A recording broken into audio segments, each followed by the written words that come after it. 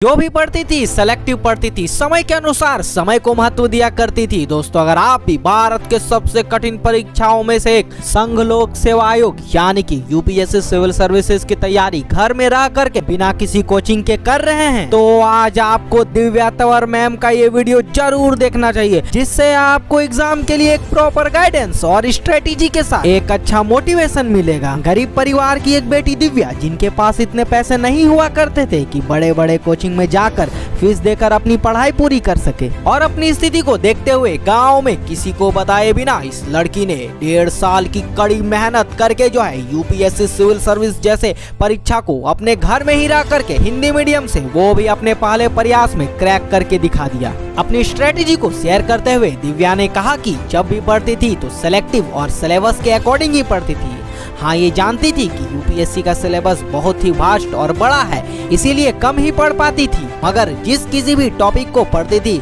उसे proper revision और पढ़ाई के बाद उसके तुरंत नोट्स बना लिया करती थी। मेंस की तैयारी करने के बाद जब मेरे पास लास्ट 3 मंथ यानी 90 दिनों का समय बचता था, उस टाइम पूरे फोकस और स्टडी के साथ जो है प्रीलिम्स की तैयारी करती थी। और करंट अफेयर्स के लिए आजकल के लोग तो बहुत ही सोशल मीडिया में अपने टाइम वेस्ट करते हैं। उस जगह दिव्या तंवर ने कहा कि सोशल मीडिया में मैं करंट अफेयर के लिए यूट्यूब में जो है दृष्टि आईएएस के डेली करंट अफेयर्स के एक वीडियो देखा करती थी, और जो है करंट अफेयर्स को एनालिसिस करके उसके नोट्स बनाया करती थी। और यहाँ तक कि जो फ्री लेक्चर यूट्यूब में अवेलेबल है उन्हें पढ़ करके है जो अपनी स्टडी को जो है एडवांस और जो है मजबूत बनाया। दिव्या ने कहा कि सबको ऐसा लगता है कि मुझसे नहीं होगा, क्योंकि अब तो बहुत कठिन हो रहा है, याद नहीं हो रहा है, सिलेबस पूरा नहीं हो रहा है, लेकिन होगा तो आपसे ही, अगर आप अपने मन में और अपने जहन में ये ठान लोगे कि मुझे यूपीएससी सिविल सर्विस को अपने 100% के साथ जो है एग्जाम में बैठ करके देना है,